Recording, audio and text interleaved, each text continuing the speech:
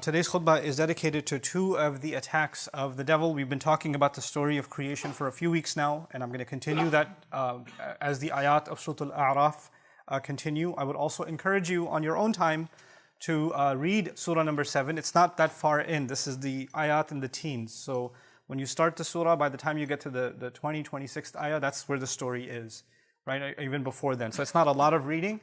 And it'd be interesting for you and beneficial for you to start reading and even start asking questions of your own or writing contemplations of your own in your notes as you read the Quran, because that's something we're supposed to do. One of the things Allah Azza wa Jal mentions in Quran about our relationship with the Quran is He calls it ayatun lis-sa'ilin.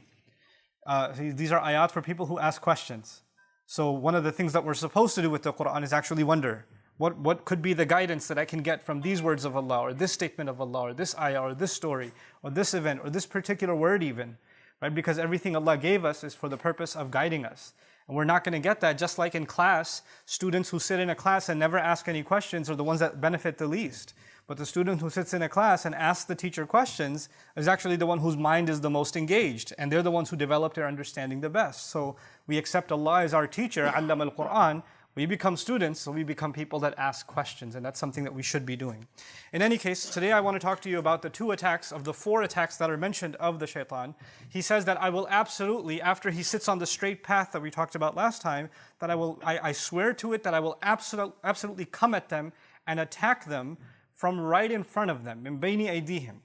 And then he says, وَمِنْ خَلْفِهِمْ, and from behind them. So those are the two attacks I want to talk to you about this week.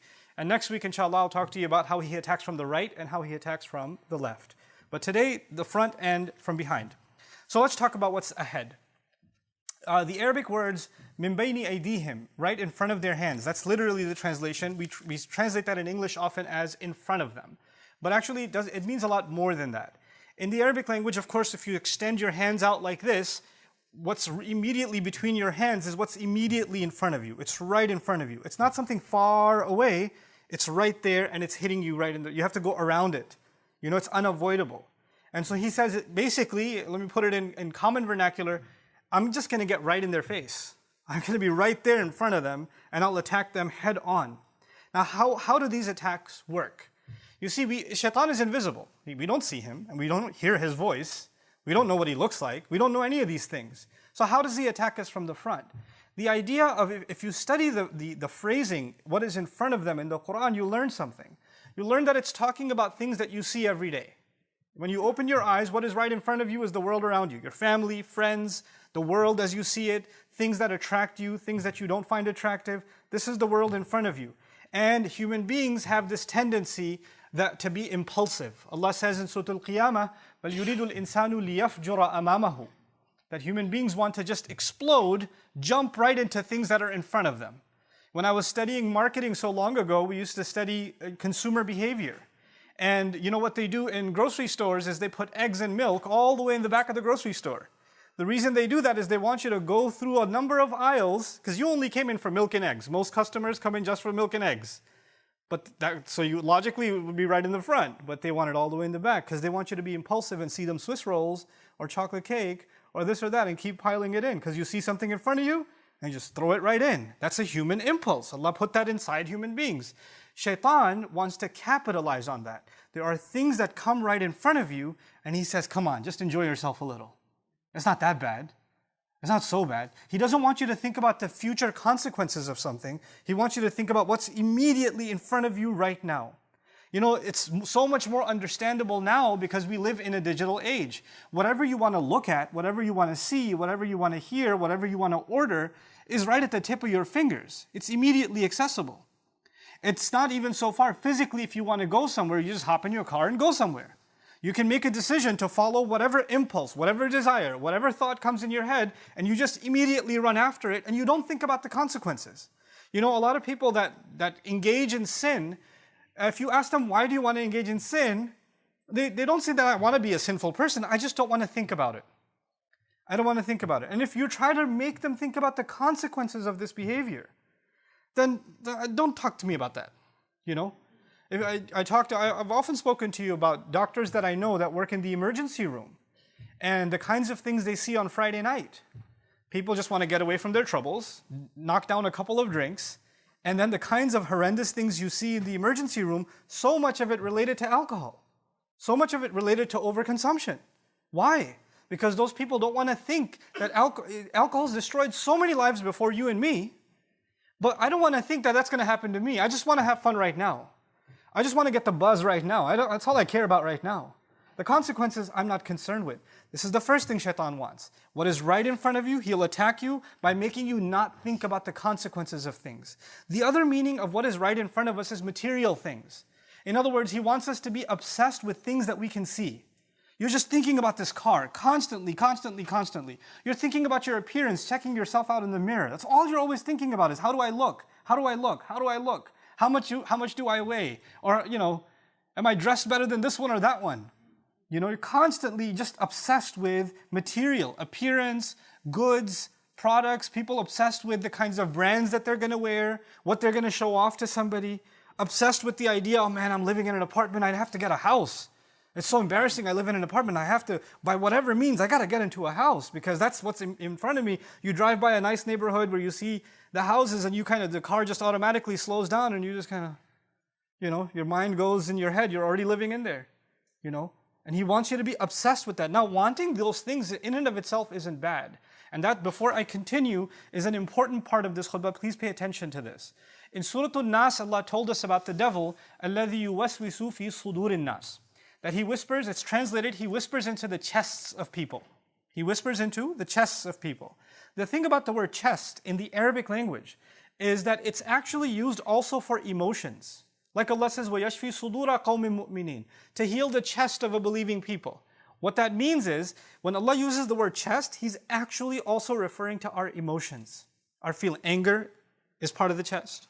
Fear is part of the chest. Love is part of the chest. Greed is part of the chest. All of those feelings that you and I experience every day. When we're attracted to something beautiful, that's in our chest.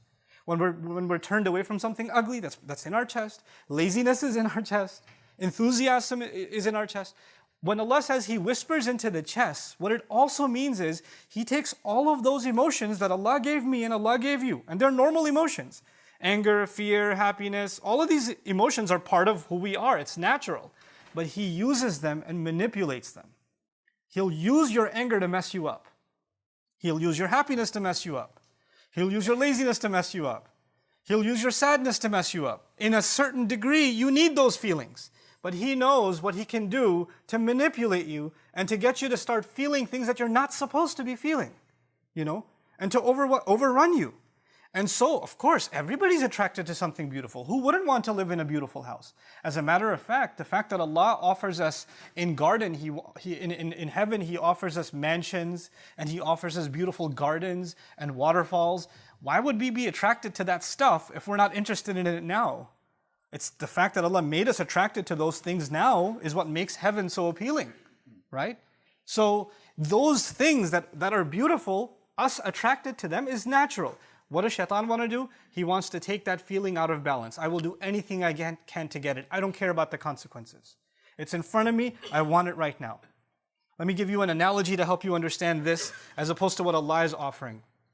If somebody came to you and made you an offer. Look, I have a house. Here's a picture. Beautiful mansion.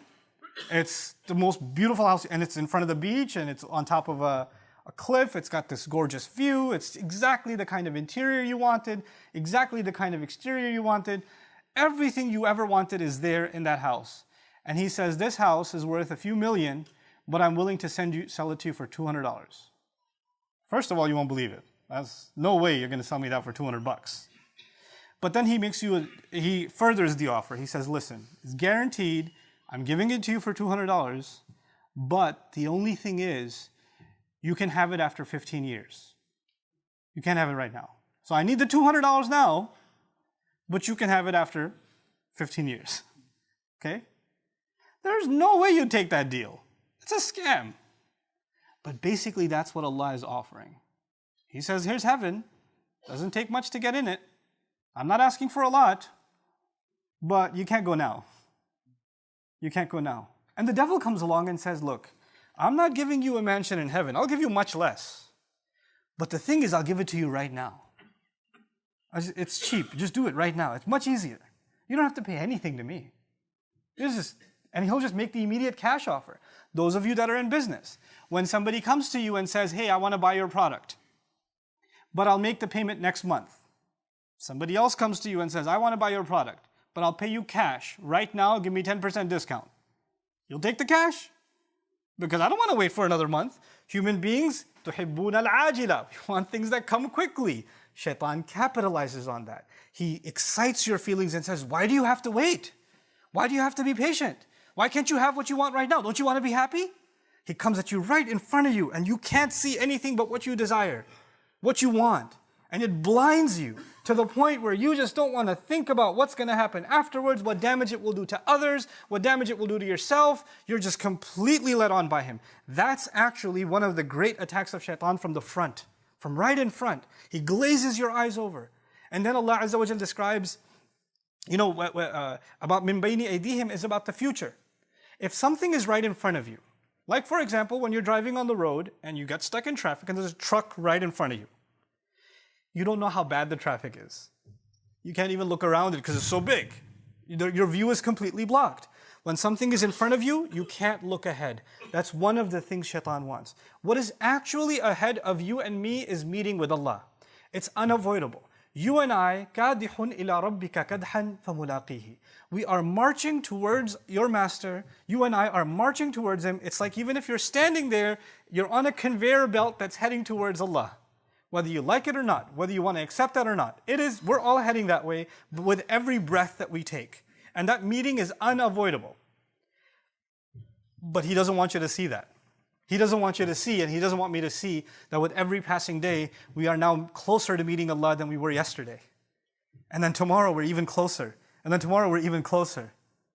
All he wants you to think about when it comes to the future is not meeting with Allah, but meeting with your friends.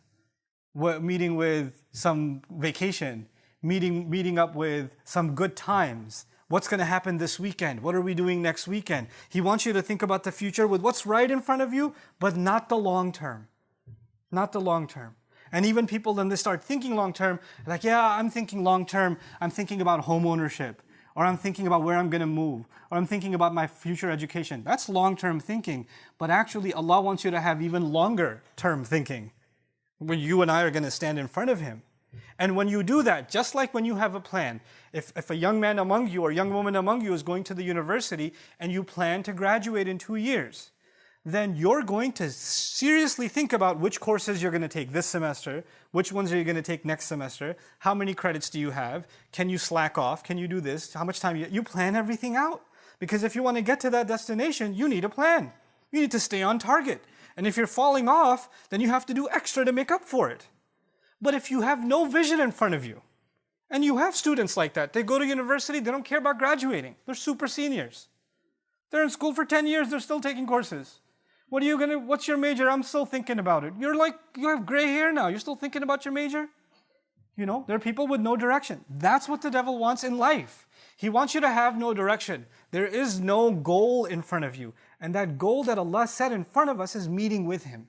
And when that goal is in front of you, every decision you make, you first say, is that going to mess me up when I meet with him or not? I have to take Allah's questioning and Allah's meeting into consideration before I take my next step. But if he can make that invisible, then the thought doesn't even occur to me. It doesn't even occur to you. You just do whatever you want. The thought about Allah is gone because he attacked you from the front, blinding your view of what is actually coming ahead of us. What is also ahead of us is our anxiety and our fear. Shaitan wants that you worry about the future. That you just keep worrying. What's my son going to do? Is he going to rebel? What's my daughter going to do? What's my husband going to do? What's my wife going to do? And you keep worrying about other people and what they're going to do and how they're going to feel. Like you're in charge of them or you're in control of them. We're barely in control of ourselves. But we think we can control what everybody else around us is going to do and what their future is going to be, and we want to control their future. You'll have a mother dying every day. Why isn't my daughter who's married, why isn't she having a baby? When is she going to have a baby? When is she going to have a baby? And she's calling her and saying, Allah wants you to have a baby. Allah doesn't want her to have a baby. You want her to have a baby. I don't know what email you got from Allah that you told her. But this is in your mind, you just want these anxieties, worldly things that you want is all you think about for the future. I don't have it, I just worry about it. I don't know why I don't have it. And you're just consumed by that, completely consumed by that. It could be the most innocent of things, but shaitan wants you to be that way because when you do that, you're not happy with what Allah has given you, number one. And you easily forget that the one in charge is Allah. And the one in control over everyone is Allah. I am actually not in charge of my children. Once they get to a certain age, what they do is between them and Allah. All I can be is an advice. That's all I can do. But their decisions are going to be theirs. If our Messenger ﷺ can turn to his daughter and say, Ya Fatima bint Muhammad, ittaqillah fa inni la amliku laki min Allahi shay'a. Fatima, daughter of Muhammad, be mindful of God yourself because I won't have any control when it comes to standing in front of Allah. I won't be able to help you. That's what he tells his own daughter. So how do you and I think we have control over others, even within our family? He wants us to think we're in charge, and and that's actually something only Allah has the right to. But he consumes our minds with it. And of course, when you try to control people, it backfires. It never works. You can never control people. You can't control people. And when you can't control people, you get even more anxious and you get negative constantly. And when you become negative constantly, it's impossible for you to be grateful. Look at how the ayah is going to end. وَلَا تَجِدُ أَكْثَرَهُمْ شَاكِرِينَ. You're not going to find most of them grateful because they're going to be negative all the time. They're going to be anxious about the future all the time. What's going to happen to my job? What's going to happen with my money? Where's this going to come from? Where's that going to come from? What's going to happen to the health? What's going to happen to the kids? What's going to happen to this or that or the other? What if they find out? What if this happens? What if this one says this? What if that one does that? And you're just so overwhelmed by these petty things that you forget that Allah controls the future. That Allah owns it, not you, not me. And the fact that we had even a good, peaceful day, one moment, was not because we earned it or we planned it or we controlled it. It's Allah who gives relief. Every single day, that's Allah who gives relief. The fact that our bodies are still functioning and we're sitting here in the Friday prayer is Allah giving us relief, Allah giving us ability. And we forget that and we think that we have to figure all the future out. We have to control all the outcomes. And that's one of the things shaitan wants, is to make you confused about thinking that you have something to do with the future. One of the greatest tricks of the shaitan is to make you pessimistic about the future. Nothing's going to work out. It's all going to be bad. Nothing ever worked anyway. It's always going to fail. You become so negative that not only are you negative about your own self, your negativity becomes infectious. Even people around you. Somebody's happy about something. Somebody graduated. You're like, yeah, but you're not really going to get a job. You just have to throw in some kind of negative because, just our luck. Runs in the family. Don't worry about it. And this is the pessimism of the devil. He wants that from you because if a person is pessimistic, then how can they have pessimism and hope in Allah? How can they have pessimism and reliance in Allah? Then with what heart are they making dua to Allah? If they've already accepted defeat inside, then nothing's going to work out. Then they have no expectation from Allah. Then they're the most essential relationship we have with Allah, which is that of asking Him, having hope in Him. You cut that off. You're hopeless. And what is shaitan by definition? He's hopeless. By definition, he's hopeless. And he wants you to become hopeless. These are his attacks from the front. He also wants you to become, human beings are meant to be goal-driven. This is, again, attacks from the front. We're taking a lot of time. Even though if I don't cover the attacks from behind, that's okay. I want to take my time with this because I want us to understand how he gets to us, right? So, human beings are meant to be goal-driven. Like, people do pay thousands of dollars to attend seminars to self-help, Tony Robbins type stuff, right? Because they want to be driven and you want to accomplish and you want to have goals ahead of you and you want to, be self-disciplined and that kind of thing. And these are good things. These are actually very powerful things. But you know what he does? He makes you set your goals. Let me give you an analogy first. When you take, mountain climbers, they take the rope and they throw the hook on top. If you threw your hook 20 feet high, that's as high as you'll ever go. If you threw your hook 30 feet high, you'll get 30 feet high. Shaitan wants that you throw your hook very low. He just wants you to throw your hook up to money. If I have this much money, I'll be good.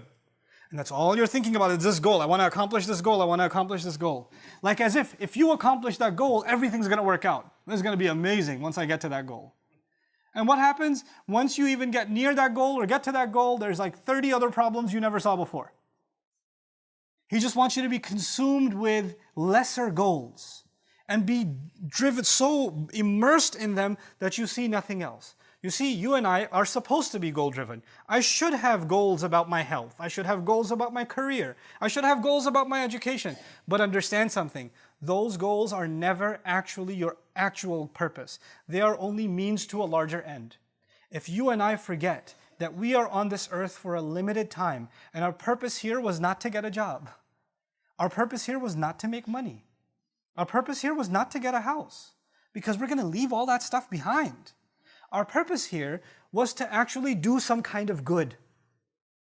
Do some kind of good for ourselves and do a kind of good that will live longer than we live. That's the purpose for which we were put on this earth. And if you have that in mind, and then your education is leading you to do something good, your house is leading you to do something good, your car is leading you to do something good, then those things have a purpose. Those things in and of themselves are not a purpose. But Shaitan wants to take those things and make them your purpose. Man, my goal is I got to get the 2019, that car. I got it all figured out. That is my goal. It's not really a goal. That's just a thing. And that thing is just one car accident away from being gone. That's all it is. That thing that you're so obsessed with, that house, is just one earthquake away. It's one fire away. What are these things? These things come and they go. ضعف الطالب والمطلوب. But he wants us to be immersed and obsessed with those things. This is what Shaitan wants. So we don't realize that Allah has made us very meaningful, purposeful creatures. He wants us to lose sight of our purpose by attacking us from the front. And finally, this last bit of how Shaitan gets us from ahead of us, there's one thing that all of us have ahead of us. Maybe some of you have a lot of money ahead of you, Allah knows. Maybe some of you have a lot of major challenges coming ahead of you, only Allah knows.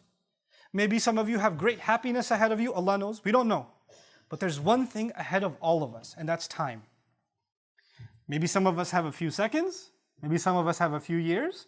Maybe some of us have a few decades. But one thing for sure, we all have time. Little or more, we have time. When Shaitan comes and attacks from the front, he wants you to have no respect for your time. He wants you to think you have all the time in the world. There's no urgency, the only urgency is for your desires. But there's no urgency to do anything meaningful in life. As a matter of fact, anything meaningful that comes, he says, you got time. Exactly what happens to you and me with every prayer. Dhuhr time comes. You're in the middle of something. Dhuhr time comes. Your phone goes off. Your watch goes off. Your computer goes off. The automatic adhan. You put it on pause immediately. Okay. And then you say, I got time. For the video game, immediately. For the next episode on Netflix, immediately. For Salah, I got time. I got time. You're about to sit, you have some free 20 minutes. You got nothing to do in between classes at the university. Right? And you've got a copy of the Quran in your bag. You could just open that up. Like, later though. I'll do it, but a little later. But anything frivolous, useless, pointless, just sit and just scroll through Instagram or Facebook or just look at what other people are posting on their Snapchat. And 40 minutes will go by. You'll even be late for class. You made time. He wants you to have no respect for your time. He wants you to throw it away frivolously. Get rid of it frivolously. And it's actually incredible because what's ahead of you, your future, you will ruin it by wasting your time. And when you're done wasting it, you'll look back and say, man, I wasted so much time, and you become even more hopeless. You know, that's the game that he plays with us. So that's his attack from the front, these multiple attacks from the front. And I pray Allah Azza wa Jal makes us mindful of these attacks that the devil has against us from ahead of us. And may Allah Azza wa Jal not ever let us become people who don't see things for what they are. Allahumma arini wa arina haqiqat al-ashya'i kama hiya. The Prophet ﷺ said, Oh Allah, I want you to show me the reality of things as they really are. This is my last bit of advice to you. How do we fight this attack of the devil? Of course, you have to recognize it. But you have to constantly refresh. And I have to constantly refresh in myself reality of things. You know, just like we're in the modern world, so I can give you a tech example. You see an app, and the app has a skin, it has a look and feel, it has color, a menu, whatever. But that's actually not the app. There's a source code behind it. You don't see the code. You don't actually see the functionality. You just see the front, right? The thing is, everything you see in front of you is just the skin. It's just a cover. There's a reality behind it. There's an engine behind it. There's a purpose and meaning behind it. The problem is, we start giving value to things at face value. We don't actually look at what's behind them that actually has the value. And that's what Quran does. Quran doesn't let us see with these eyes. There's another set of eyes here. You know, لَهُمْ أَعْيُنٌ لَا يُبْصِرُونَ بِهَا. They have eyes they don't see with them. Meaning they don't see reality with them. They just see the shallow things in front of them. There's an eye we have to develop for what really is, what really has meaning, what really has purpose. And when that happens, the way you spend your time, the way you think about things, the way I value things, the way I prioritize things, all of that starts changing, you know? Because at the end of the day, this entire life that we have left, these few breaths that we have left until we go and meet with Allah, all of it will boil down to one thing. يُنَبَّأُ الْإِنسَانُ يَوْمَئِذٍ بِمَا قَدَّمَ وَأَخَّرَ. The human being will be informed on that day, what did you make priority and what did you make secondary? That's all it boils down to. Every single choice you and I make. What was a priority? What could wait? What was a priority? What's less important? That's all it is. And that's all Shaitan wants to mess up what's coming ahead of us. He'll make us think about the wrong priorities. And he'll make us put aside what is actually important. May Allah Azza wa Jal make us of those who put the priorities in the right place and don't allow the whispers of shaitan to dissuade us from our purpose. Barakallahu li wa lakum fil Qur'an al-Hakim wa nafa'ani wa iyyakum bil ayati wa dhikr al-Hakim.